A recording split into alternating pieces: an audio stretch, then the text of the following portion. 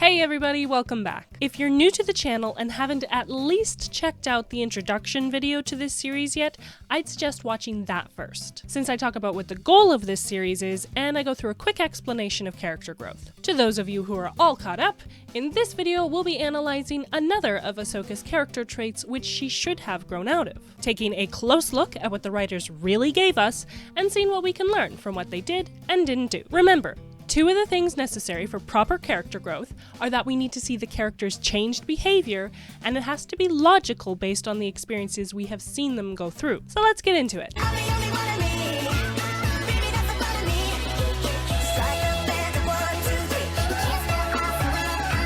Today we'll be going through 3 lists, looking at Ahsoka's corrupt behavior, Distrust in Anakin, and her black and white mentality. I know that including the category corrupt behavior may seem a bit odd to some of you, but hear me out. In Season 3, Episode 6, The Academy, the writers have Anakin tell Ahsoka that Yoda believes only a young Padawan like her can effectively teach about the evils of corruption, even though Ahsoka is shown to gladly take part in corrupt behavior on numerous occasions, both before and after this mission on Mandalore. In that episode, Ahsoka defines corruption to the class as this: corruption is what happens when someone in power puts their own personal gain before the interests of the people they represent. And says that a corrupt person sacrifices moral integrity for the sake of money or power. As a Jedi and as a commander of the Republic Army, Ahsoka is in a position of power. So, if she puts her personal desires ahead of the interests of the Jedi Order and/or Republic,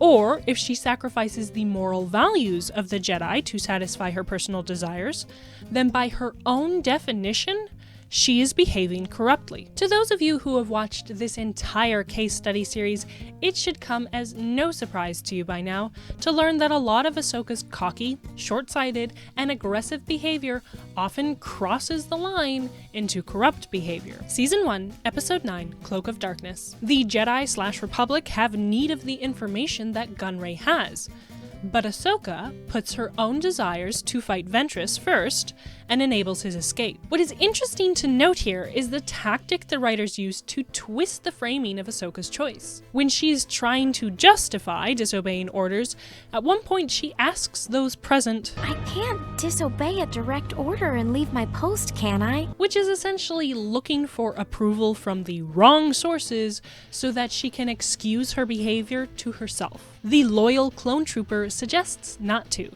The traitorous Senate guard, of course, encourages her to. And then suddenly Newt Gunray pipes up and says, "All I know is I never risk my own skin if I don't have to." Which creates a false equivalence. Now obeying orders is compared to selfishly protecting your own skin, which of course a truly brave and selfless Jedi would never do. And thus Ahsoka has her justification and scurries on her way, with her behavior being framed as noble rather than corrupt. Anyway, Season 1, Episode 19, Storm over Ryloth, and Season 2, Episode 1, Holocron Heist. In each of those episodes, she's more focused on her own success, on boosting her own status, rather than considering the larger interests of the Jedi and Republic. Season 2, Episode 3, Children of the Force. Despite, or rather because of, losing to him already, Ahsoka requests to take the lead on capturing Bane. "Let me take the lead, Master. I've got a score to settle." Since she is less qualified for the position, she is risking his escape by requesting to take the lead. In fact, he does escape her. She put her personal desire for revenge before the Jedi's immense need to capture him. And if not for Anakin, Bane would have been lost to them, again. Season 2, Episode 11, Lightsaber Lost. Ahsoka sacrifices the Jedi's moral values when she intimidates, threatens, and abuses several Republic citizens in order to retrieve her lightsaber, a weapon of significant power. Season 3, Citadel Arc. Ahsoka endangers the mission, which is of vital interest to the Jedi and Republic, simply because she wanted the bragging rights of being among the first to break into the Citadel. Season 4, Zygerian Slaver Arc. The Jedi and Republic have an interest in rescuing the kidnapped Togruta people, but Ahsoka would rather nurture her ego than contribute her best for the sake of the mission. Remind me why I'm the one playing the part of the slave? Season 4, Episode 14, A Friend in Need. While representing the Jedi and Republic at pivotal peace negotiations, Ahsoka puts her personal interest in Lux first and starts a fight between the factions. Season 5, Onderon Arc. Ahsoka just can't resist a good fight and puts her desire for action before the interests of the Jedi and Republic. Season 5, Younglings Arc. Ahsoka puts herself first, sacrificing the moral values of the Jedi when she encourages the younglings' insubordination and acting out of fear for someone they have an emotional attachment to. In this case, her. Season 7, Mandalore Arc. Although not officially, Ahsoka does, in essence, regain her position of power as a Jedi and commander of the Republic Army, and then she again puts herself before the interests and moral values of the Jedi when she releases Maul. Remember when Ahsoka told Rafa that by helping the Pike crime syndicate, she was responsible for the lives they ruined? Fact. The Pikes turned spice into something that ruins lives. So those lives would be on you. Says who? That's just the way it is. You can't profit from other people's suffering. That should apply to her as well, because for her own benefit, she looses Maul, who is a Sith and a crime lord, enabling him to freely go forth and slaughter or ruin the lives of many thousands. And if you want to argue that she is blameless because she didn't intend for Maul to survive, well, the Martez sisters did not intend for the Pikes to use the spice for nefarious purposes. Or if you want to argue that Ahsoka loosing Maul was necessary, justified, because she was just trying to survive, well, what do you think the Martez sisters were trying to do? Again, the writers are playing favorites. Behavior that is framed as wrong when another character does it is framed as good or justified when Ahsoka does it. Mary Sue. And I think it would be fair to slightly broaden Ahsoka's definition of corruption to include abuse of power, which, not surprisingly, reveals a couple more examples. Season 3, Episode 10, Heroes on Both Sides. This is just 4 episodes after her teaching on Mandalore. When Padme suggests that Ahsoka use her status as a Jedi to smuggle the two of them across enemy lines, Ahsoka pretends to be shocked, and then immediately laughs it off and happily agrees to misuse her position to break the law. Are you suggesting I use my status as a Jedi to smuggle you behind enemy lines? Relax. I'll help you. And at the end of the episode, when Anakin reveals that he found out about her illegal behavior, her response is, How did you know? showing that she's sorry she got caught, not sorry she did it. Season 5 Finale Arc. Ahsoka promises to use her influence as a Jedi and Republic commander to get Ventress, the ex-Sith assassin and separatist war criminal, a full pardon, in return for Ventress helping Ahsoka clear her name and thus regain her status and power. We even see evidence of Ahsoka expecting Anakin to also abuse his power for her sake. Season 5, Onderon Arc. Although we have seen Ahsoka receive no indication from Anakin that he will go against the will of the Council and help the rebels out of the mess that she caused, the dialogue implies that she has told the rebels she is expecting Anakin to do just that. Any word from Master Skywalker? Not yet. Season 5, Finale Arc. When Ahsoka finds a keycard outside of her cell, she immediately assumes that Anakin is responsible. Master, I knew you wouldn't let me down. After realizing that it wasn't him, she gets angry at him. You didn't even try to come and help me. They wouldn't let me in to talk to you. You could have if you tried. Which suggests that the only way to measure up to Ahsoka's standard is to be as corrupt as she is. And before you at me claiming that this is showing she had trust in him, yeah, no. In the Onderon arc, she's acting entitled.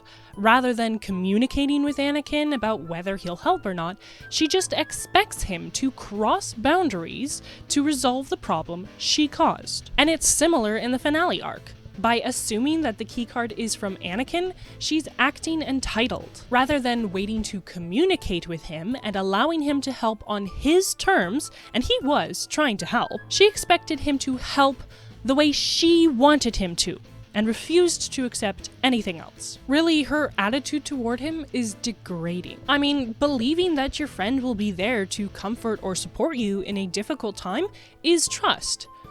expecting them to hide a body for you is assuming the worst of your friend's character. Combine that with mistreating them when they don't do something awful for you, and it raises the question, are you even really their friend? Which leads well into my next point. Starting in Season 1, Episode 6, Downfall of a Droid. Anakin insists that they cannot retreat and allow Grievous to take control of the sector.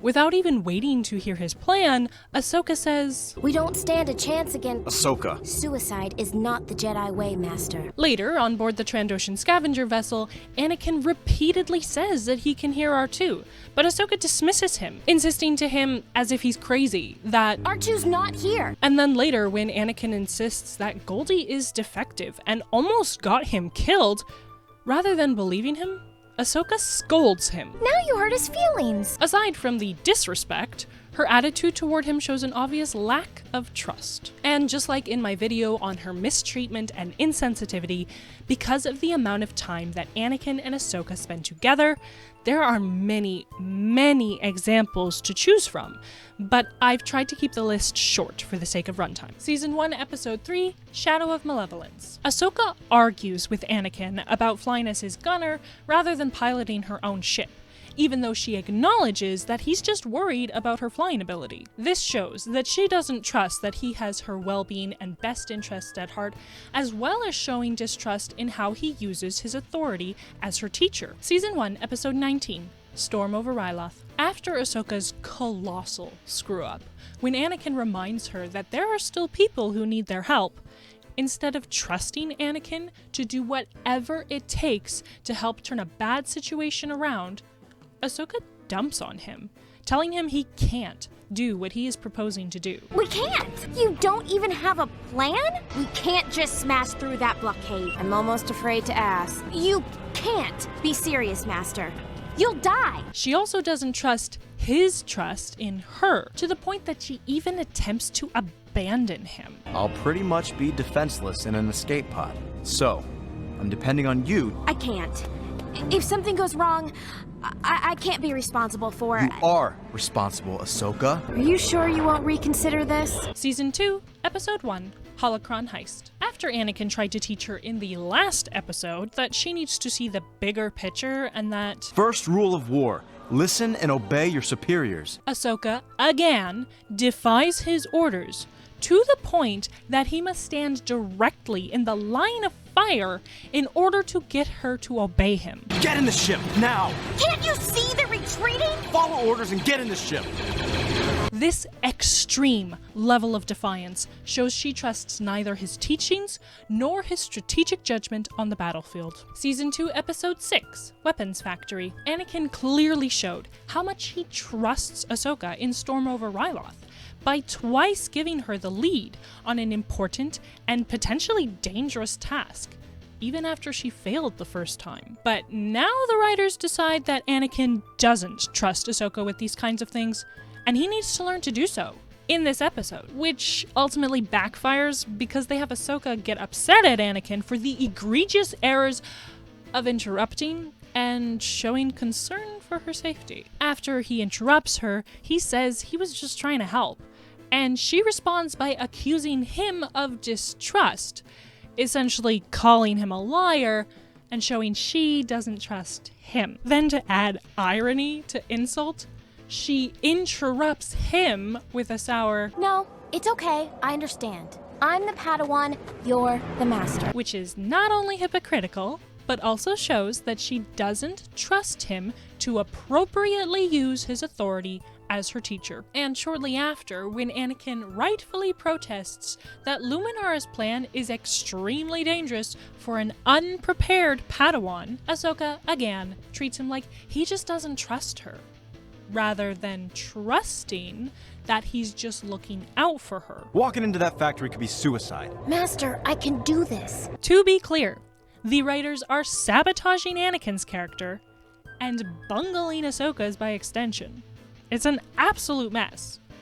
Anyway, Season 2, Episode 8, Brain Invaders. Ahsoka tells Barriss how Anakin's thoughts of the future are, quote, a bit radical, and she's, quote, not sure how Peace will agree with him, insinuating that he is emotionally or perhaps ethically unstable. Either she doesn't trust that he has the inner peace to enjoy outer peace, or she doesn't trust that he has the intention to bring peace at all. Season 2, Episode 11, Lightsaber Lost. Ahsoka gripes about being posted outside the door, again showing that she doesn't trust Anakin's strategic judgment or how he uses his authority as her teacher. And after she loses her lightsaber, she worries, My master's gonna kill me! while it's not meant literally, combined with the fact that she chooses to blatantly lie to Anakin to cover up the loss, it shows that she doesn't trust him to react appropriately. Even when Jocasta Nu encourages her to tell Anakin,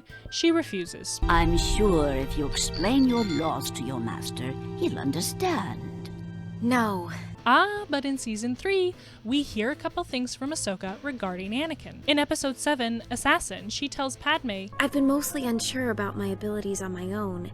Usually Master Skywalker is there to guide me. but this is not something that we have been shown. I mean, her cocky behavior is especially evident in Seasons 1 and 2, but even here in Season 3, 3 episodes prior in A Sphere of Influence, Ahsoka specifically requests to go solo. Let me do this on my own. And in the previous episode, The Academy, she went solo again without any evidence of insecurity, even claiming she was overqualified for the task. Don't you think I'm just a little overqualified for this? Show versus tell. A character is not what they tell us. We have to be shown the evidence through their behavior. Later in the Season 3 Mortis arc, Ahsoka claims she trusts Anakin with her life. But I trust him with my life. So let's see how that trust manifests in her behavior throughout the rest of the series. Season 3 Citadel arc. Anakin chooses to keep Ahsoka from joining them on a dangerous mission. But you won't be coming along on this one. And Ahsoka argues with him, calls him, quote, overprotective, and says, quote, it's not for him to decide, and then disobeys and tags along anyway, again showing she doesn't trust that he has her well-being and best interest at heart, and showing distrust in how he uses his authority as her teacher. Season 3 Padawan Lost arc. Ahsoka tells Khalifa that Anakin Would never forgive me for running and hiding in a situation like this. insinuating that she thinks he would belittle her for prioritizing their survival over aggression, again showing that she doesn't trust him to respond appropriately. Season 4 Zygerian Slaver arc. After Anakin loses his temper, having been triggered by discovering the presence of slavers, Ahsoka asks Obi-Wan with a weirded out tone, Why is he so upset? and when Obi-Wan explains, she responds patronizingly, Don't worry, I'll keep an eye on him. as if he is a child whom she must monitor because she doesn't trust him to behave appropriately. Later, Ahsoka strongly insinuates to Anakin that his performance as her Jedi Master is unconvincing. The role of master comes easily to me. Really?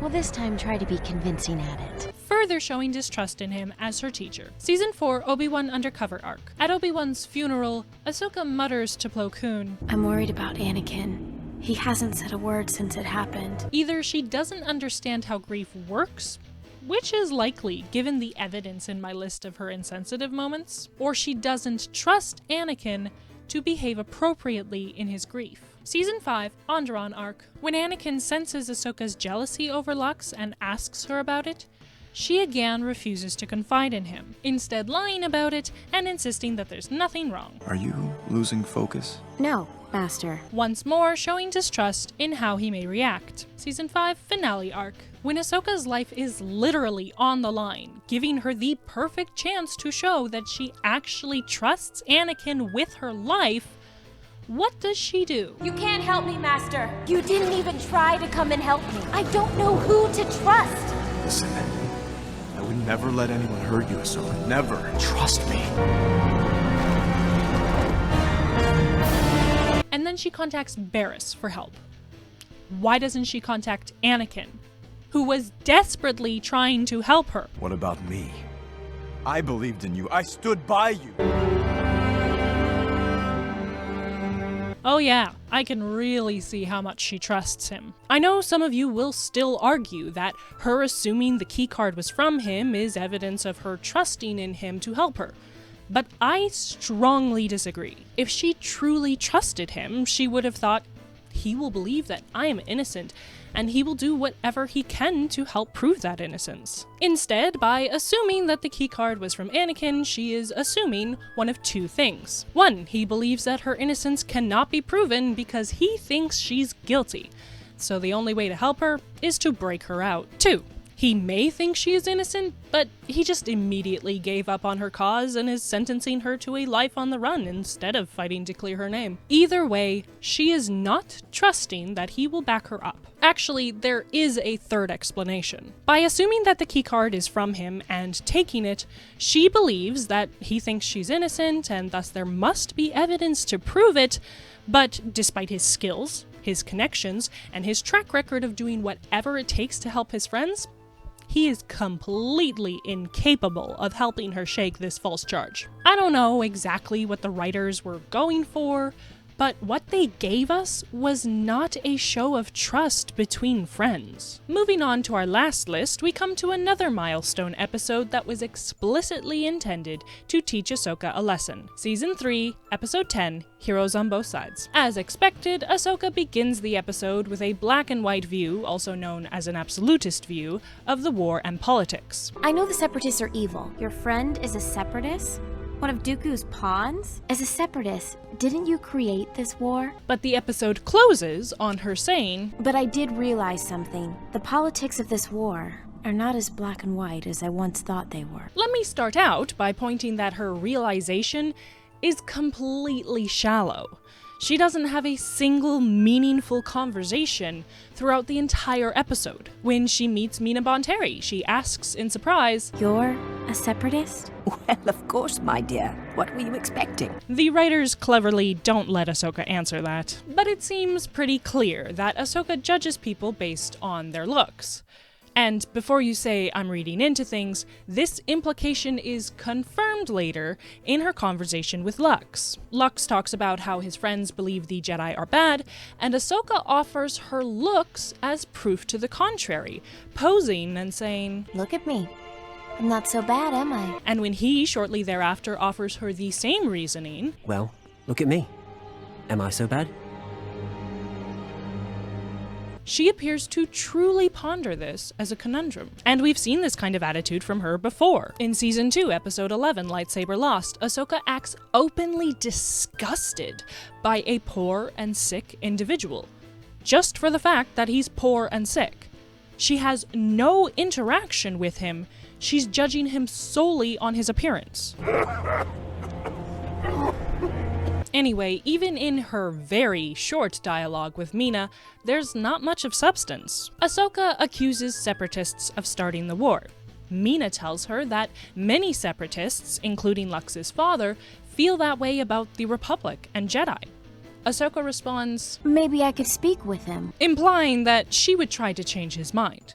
But as soon as she finds out he's dead, she just walks away and has her shallow conversation with Lux instead. And that's it. After that, she claims to have gained a nuanced point of view. For an episode that's supposed to teach a lesson in politics, it seems the creators were more interested in getting the Luxoka ship to set sail than in writing intelligent dialogue. Oh, and I'm going to include the criticisms against the Jedi and Republic that Ahsoka hears, since we should see her show some considerations, weighing these ideas if she's truly become more open-minded. In Heroes on Both Sides, Ahsoka hears that Republic troops killed a man only fighting out of self-defense. My husband fought bravely in self-defense, but was killed. And she hears that the Republic is controlled by corporations, which Padme could easily confirm for her, but she never asks. This is a democracy, and unlike the Republic,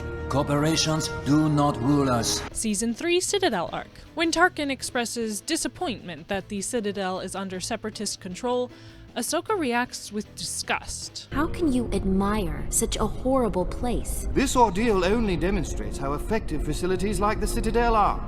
Pity it ended up in Separatist hands, and not ours. He has a point. Her reaction implies that she thinks a horrible place like the Citadel doesn't belong in the hands of the pure-hearted Republic. Forget tactical advantage or responsible ownership. Let the evil separatists keep it. Season 4, Water War Arc. Ahsoka tells Prince Lee Char, Count Dooku rules here for now, not the Quarren. The Quarren are being used. I've seen it happen before.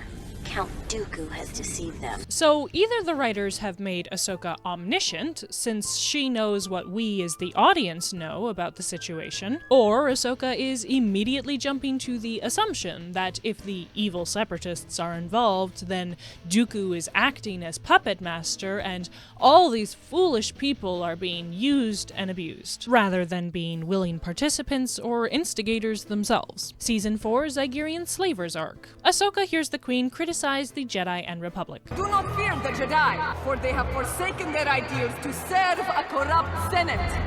Every Jedi has become a slave to the Republic. At the end of the arc, Ahsoka encourages the Togruta Elder to join the Republic, rather than stay neutral.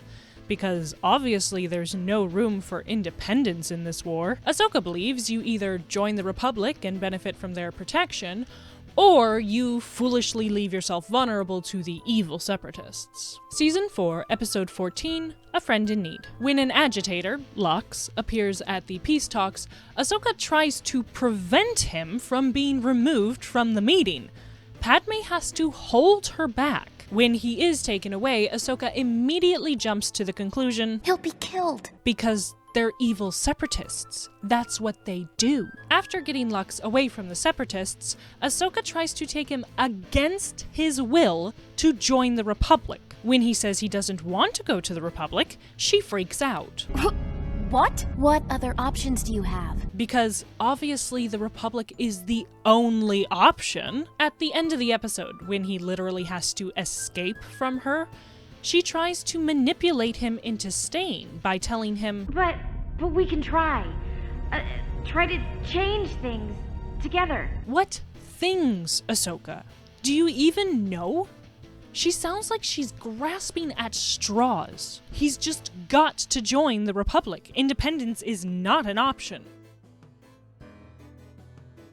Season 5, Onderon Arc. Right after reuniting with Lux, he brings up his mother.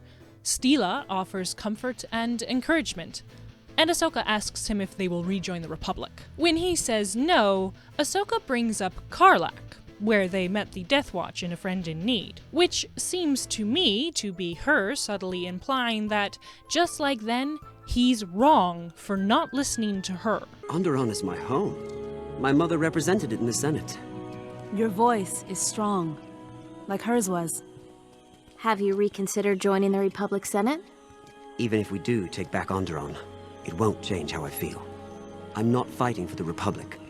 Well, what matters now is we need each other's help, just like we did on Karlak. And on an even more subtle note, when Steela is killed fighting separatist forces, Ahsoka says to her brother Saw, I'm sorry for your loss. Which is good, but knowing about Lux's father, and then his mother, who were both killed supporting separatists, she says nothing to him, in any of the episodes with him, to express condolences for his losses. I guess she figures it's par for the course. Season 5, Younglings Arc. Ahsoka, once more, is either omniscient or simply making assumptions based on the mentality that separatists equals pure evil.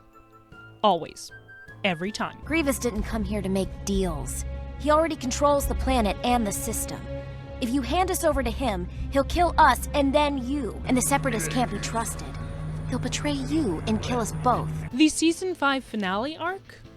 It's quite something. In Sabotage, when they are asked to investigate the temple bombing, Mace tells them they are needed because we can't trust anyone who was here, even a Jedi. You and Ahsoka will provide an impartial point of view, free of assumptions. However, we see from the start that Ahsoka refuses to sincerely consider the possibility that a Jedi was responsible. I can't believe a Jedi would attack a place this sacred. Do you believe what they said, Master? That a Jedi could do this? There are many political idealists among us. But a traitor. Anakin then reminds her of Count Dooku and General Krell, but she forgets it pretty quickly. This distrust is troubling. Some of these people have worked in the temple for years. Because of course, if they've worked there that long, they would have seen firsthand how righteous the Jedi are.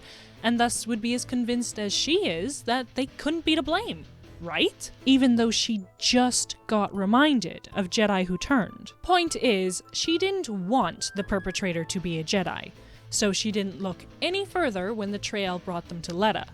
Scapegoat found, case closed. People blamed Jedi because of you. I don't know how I would have felt if a Jedi was really behind this. In The Jedi Who Knew Too Much, even when Letta tells her it was a Jedi, Ahsoka still dismisses it. Why would a Jedi do this? Letta tells her that the Jedi have become warmongers, military weapons.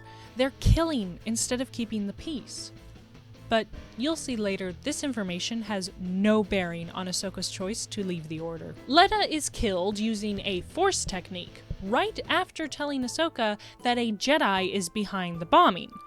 But when Ahsoka is blamed, she vaguely refers to someone setting her up. It was someone else, Admiral. Someone I didn't see. Someone setting me up. In To Catch a Jedi, as soon as she sees Ventress, she cries, "You were behind all of this, and you framed me!" I don't know what you're talking about. Yes, you do! New scapegoat has entered the chat. Lucky for Ahsoka. Similar to her interaction with Cassie in Season 2 Lightsaber Lost, Ahsoka realizes that intimidation is not working. So she drops the accusations and tries to wheel and deal with Ventress instead. Since everything she says is to manipulate Ventress into helping, I'm not convinced that her mentality has shifted when she says that a traitorous Jedi is framing her and suggests that it might be Dooku's new apprentice. Rather, it seems quite clear that Ahsoka is still set in her old mentality when someone with Ventress's saber shows up and Ahsoka immediately reverts back to the conclusion that Ventress is to blame. Seriously, if she's such good friends with Barriss, how does she not recognize her? Or at the very least, immediately realize it's not Ventress, because she was just with her and this person looks and acts completely different. In The Wrong Jedi, Ahsoka suggests to the Council and insists to Anakin that Ventress is the one behind everything. She doesn't mention Barriss at all. You're the only one Ahsoka talked to. That's not true. She spoke to someone named Barriss. She still believes so strongly that a Jedi would not be responsible that she doesn't even consider Barriss's involvement to be relevant information. Instead, she just wrongfully accuses Ventress. I am not deceiving you. I would assume Ventress is. I am almost certain that the person behind this is Ventress. I guess as long as the blame shifts off her, even if she's framing someone else, then it's all good, right? Sometimes doing the right thing means bending the rules. After she's acquitted, she chooses to leave the Jedi Order. Not because she's realized it's flawed or anything like that, no. Why are you doing this? The Council didn't trust me. So how can I trust myself? Because they didn't trust her. I mean, why wouldn't they, with her stellar service record? So now she's all confused about whether she can trust herself. Which, A, makes no sense, and B, is completely self-centered reasoning. Moving on. Season 7, Martez's sister arc. Ahsoka has this conversation with Rafa on Kessel. Must be local workers. I think the term is slaves. Can't be. An operation this large? The Republic wouldn't stand for it. They'd shut the place down. Yeah. You'd think they would. So, after showing several times that the sisters don't believe in anyone but each other, now suddenly Rafa is blindly trusting the Republic, and Ahsoka is questioning them. Character growth, right? She must have learned her lesson, for real this time, at the end of Season 5.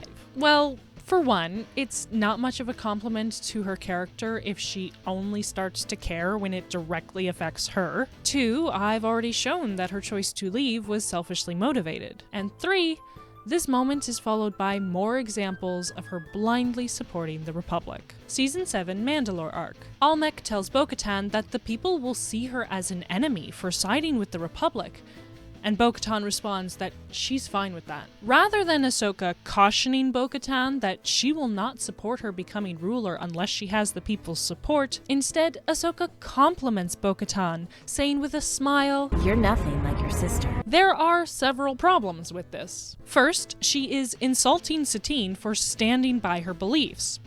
just like she did with the Lurmen back in Season 1. I call it no courage. Second, she is encouraging and enabling a tyrannical takeover. Third, she's doing so because she continues to see the war in only black and white. Lux, and Onderon by extension, as well as neutral systems like the Togruta colony or Mandalore, are foolish and need to be brought into the safety and prosperity of the Republic, because the Republic is good, so good that it will violently invade and occupy your planet for your own well-being. Later in the arc, Ahsoka is shocked and disturbed when Obi-Wan tells her that the Council is using Anakin to monitor Palpatine. They told him to spy on the Supreme Chancellor? Why? I mean, he's the supreme leader of the Republic. He's been a great friend and mentor to Anakin. Certainly there's nothing suspicious about him. As a quick side note, I want to point out that Ahsoka is portrayed as being good friends with Padme in several episodes. But throughout the series, even in Heroes on Both Sides, when the whole supposed point was for her to learn about politics, she never asks Padme to share her knowledge of the Republic Senate. We know that Padme is targeted because she sees the corruption within it, and she is wary of Palpatine. But Ahsoka clearly never sought to learn anything from her. Even Maul can see her blind belief in the Republic, and he calls her out on it. With your help, the Jedi can stop Sidious before it's too late. Too late? For what? The Republic to fall? It already has, and you just can't see it.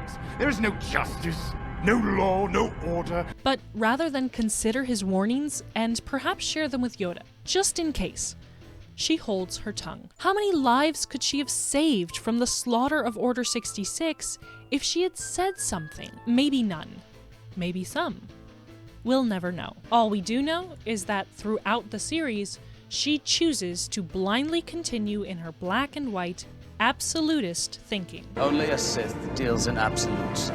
So we have a lot to unpack, but what have we seen here? In regard to her corrupt behavior, just like with her aggression and mistreatment of others, the problematic nature of it seems to have gone completely unnoticed by the writers.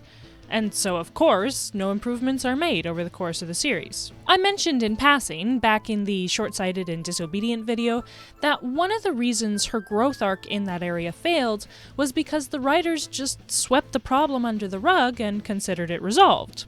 If they even considered it a problem in the first place. And in regard to her distrust in Anakin, we see a similar resolution. Just like her streak of disobedience ended when she was no longer given orders to obey, after Season 5 there are almost no interactions between Anakin and Ahsoka, so there's not much opportunity to show if she does or does not trust him. Again, that's not indicative of growth.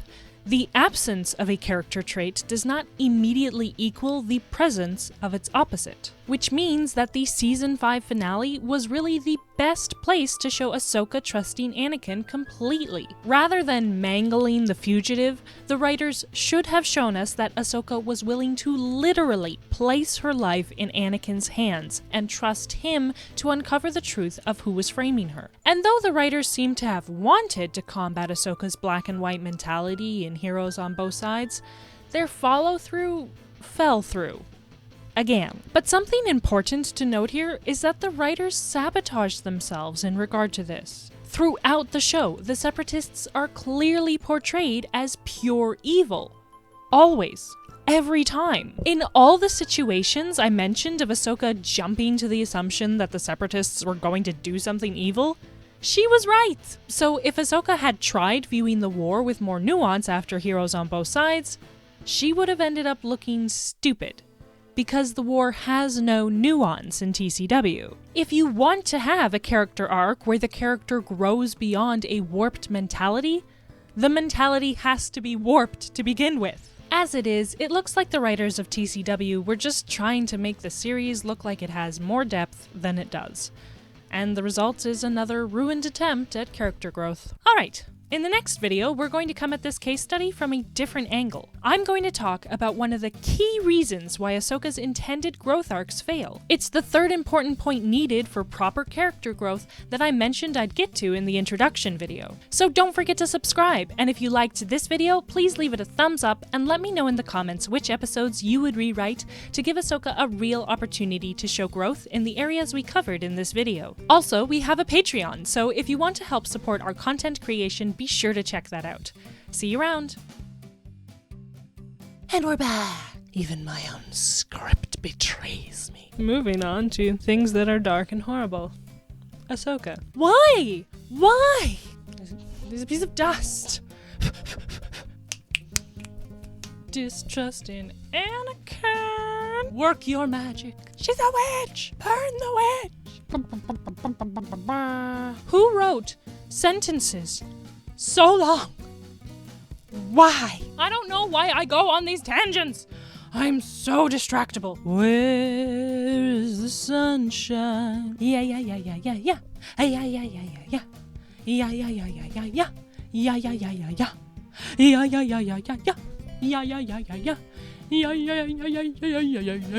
Intelligent dialogue. Wow. Season 4, episode 14, A Friend in Need.